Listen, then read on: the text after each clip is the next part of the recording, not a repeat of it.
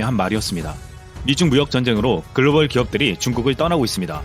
중국의 100조 원 이상의 생산 거점을 가지고 있던 애플도 결국 떠나겠다고 했습니다. 애플은 맥프로 최신 모델 생산을 미국 텍사스에서 하겠다고 밝히며 현재 중국 생산량 중 15%에서 30% 정도를 다른 국가로 분산시키는 것을 검토 중인 것으로 알려졌습니다. 애플뿐만 아니라 구글, HP, 델, 마이크로소프트, 아마존 등도 필리핀이나 대만, 베트남, 인도, 말레이시아 등으로 이전하는 방안을 검토하고 있습니다. 일본의 소니와 닌텐도도 이전을 준비하고 있고 중국에서 1000만 명 가량을 고용하는 대만 기술 업체들도 중국을 떠나려고 하고 있습니다. 수많은 글로벌 기업들이 중국을 황급히 떠나는 이유는 미중 무역 전쟁이 가장 컸습니다. 미중 무역 전쟁으로 고율의 관세 부과와 중국의 인건비 상승으로 제품의 가격 경쟁력이 떨어졌기 때문입니다. 글로벌 기업들은 공급망이 잘 구축되어 있으며 인건비가 낮은 베트남이나 태국과 같은 동남아시아 국가로 옮겨갈 준비를 하고 있습니다. 이 와중에 이 기업들이 한국 기업들을 배워야 한다는 한 언론의 주장이 나왔습니다. 홍콩 사우스 차이나 모닝포스트는 이미 2017년 중국의 사드 보복으로 삼성 등 한국 기업들의 탈중국 전략이 무역전쟁 와중에 관세를 피하고자 하는 서방 기업들의 모범이 된다며 한국의 탈중국 사례를 면밀히 관찰해야 한다고 지난 4일 논평한 바 있습니다. 이미 우리 기업들은 2017년 중국의 사드 보복으로 엄청난 손해를 보며 중국 시장에서 나와야 했지만 다른 글로벌 기업보다 더 빨리 동남아 등지에 생산 기지를 구축할 수 있었습니다. 최근 한국 기업들의 중국 실적은 거의 바닥이었습니다. 삼성은 중국 스마트폰 시장 점유율이 2013년에 20%로 정점에 달했지만 지난해에는 0.8%에 그쳤습니다. 현대 기아차도 2010년대 초반 시장 점유율이 약 10%였으나 지난해에는 2.7%에 불과했습니다. 이로 인해 삼성은 지난해 선전과 텐진의 스마트 공장을 폐쇄했으며 후이저우에 남아있는 중국의 마지막 스마트폰 공장도 문을 닫기로 했습니다. 이미 삼성전자는 베트남과 인도로 생산 기지를 성공적으로 이전했습니다.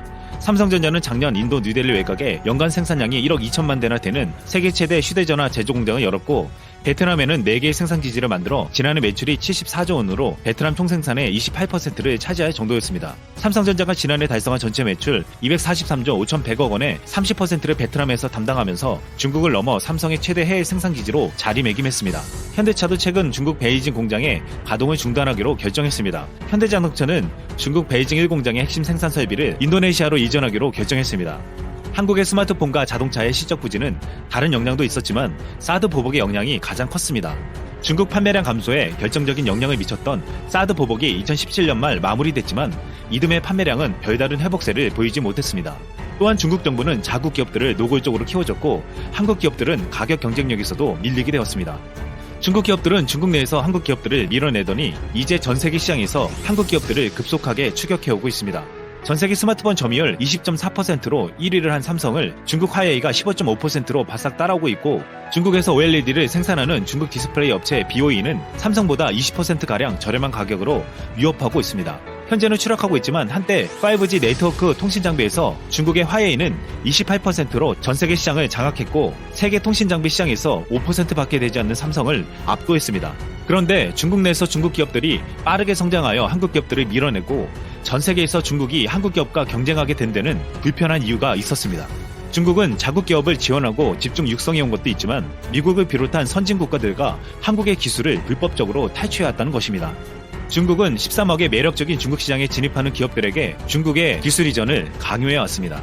그동안 중국은 지식재산권 침해, 산업 스파이 행위와 사이버 공격 등을 꾸준히 벌여왔습니다. 아담 히키 미국 법무부 차관은 중국 무역의 기밀 및 지식재산권 탈취가 증가하고 있다면서 이는 중국 정부의 중국 제조 2025와 관련이 크다고 주장한 바 있습니다.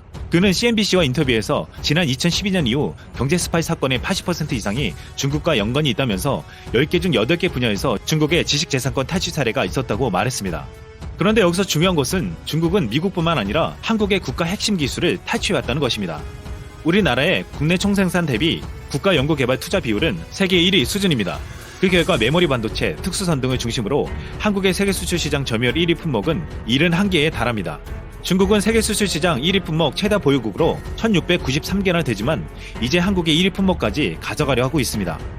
2012년부터 2017년까지 유출된 국가 핵심 기술 사고의 과반수 이상이 중국에 의해 발생했습니다. 유출된 기술은 고부가가치 선박 설계도면, LNG선 건조기술 등과 같은 조선기술, OLED 소재기술, OLED 세정기술 등과 같은 모니터 액정기술, 2차 전지에 관한 소재와 제조기술 등입니다.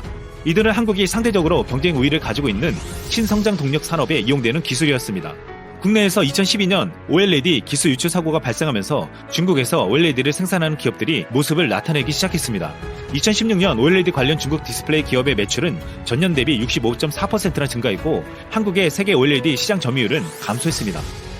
중국의 2차 전지시장도 국내 기술 유출 사고가 발생한 2014년 이후 중국 기업들의 매출이 전년 대비 220%나 늘어났습니다.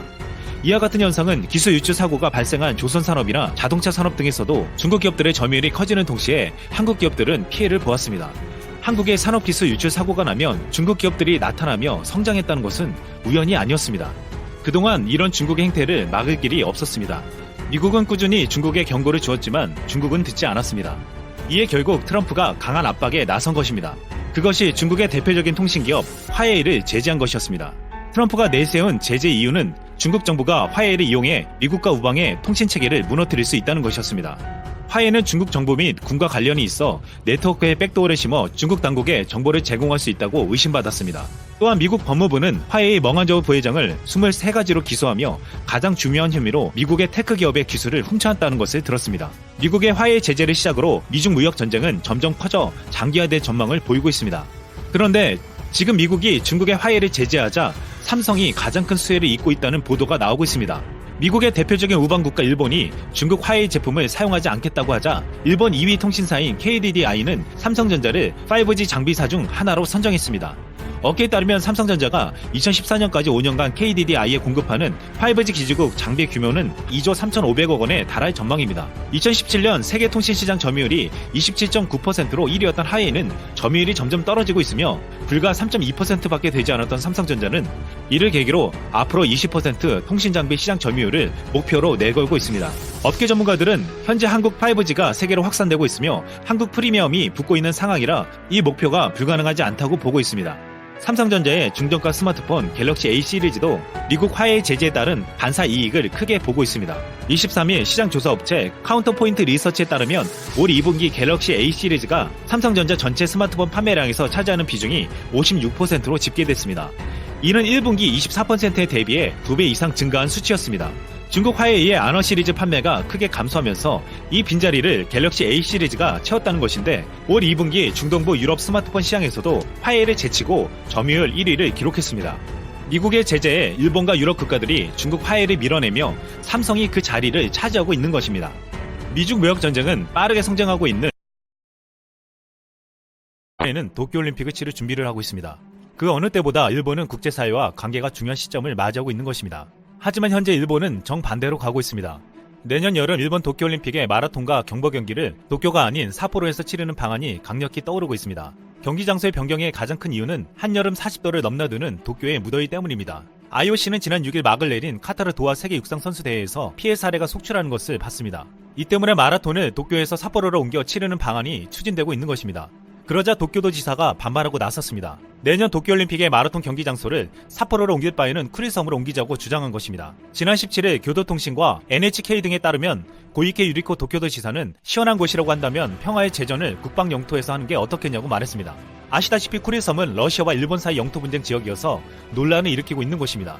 러시아는 최근 일본과 평화협정 체결을 추진하며 쿠릴 열도는 절대 양보할 수 없는 자국의 영토라는 점을 강조해 일본을 곤란하게 만들었습니다. 지난 7월 주요 20개국 정상회의 때 일본은 남쿠릴 열도를 일본 영토로 표기한 자료를 활용하자 러시아는 크게 반발했고 푸틴은 한 방송에서 쿠릴 열도 반환 불가 입장을 확인하며 쿠릴 열도에서 국기를 내릴 계획이 없다고 단언했습니다. 도쿄도 지사의 마라톤을 쿠릴 열도에서 하자는 주장은 러시아의 심기를 불편하게 할 수밖에 없었습니다. 또한 일본 아베 총리의 측근인 현직 관료가 야스쿠니 신사를 참배해 논란이 되었습니다. 지난 17일 아베 일본 총리도 야스쿠니 신사에 공문을 보냈고 에토 세이이치 일본 오키나와 북방영토 담당상이 야스쿠니 신사를 참배했습니다. 교도통신은 일본 패전일과 야스쿠니 신사 제사에 현직 강요가 참배한 건 2년 반 만이라고 보도했습니다. 강요 신분의 참배는 일본 정부 차원에서 침략 전쟁을 미화하고 정당화하는 것으로 해석될 수 있기에 논란이 되었습니다. 우리나라도 비판했지만 이번엔 중국도 강한 유감을 나타냈습니다. 경상 중국 외교부 대변인은 일본 일부 강요의 행위는 일본의 침략 역사에 대한 잘못된 태도가 다시금 반영됐다고 했습니다. 과거 중국 외교부는 아베 총리의 국물 복납도 반대한다면서 일본이 침략 역사를 반성해야 한다고 비판한 바 있습니다. 일본 내부에서도 참배에 신중했어야 했다는 비판이 나왔지만 18일 극우 성향의 의원들이 집단 참배를 강행했습니다. 일본 여야 의원 98명이 참배했는데 작년보다도 27명이나 많았습니다. 그들 모임의 명칭은 다 함께 야스쿠니 신사를 참배하는 국회의원 모임이었습니다. 2014년 중국은 야스쿠니 신사가 일본 군국주의와 침략의 정신적인 도구이자 상징이라며 일본 정부가 과거 침략 역사를 올바르게 인식하고 행동하는지, 아시아 피해국의 감정을 존중하는지, 과거사와 관련한 약속을 지키는지를 가늠할 수 있는 것이라고 강조하며 일본이 침략 역사를 직시하고 깊이 반성하며 군국주의와 선을 긋는 게 중일관계를 건전하고 안정적으로 발전시키는 길이라고 당부했습니다.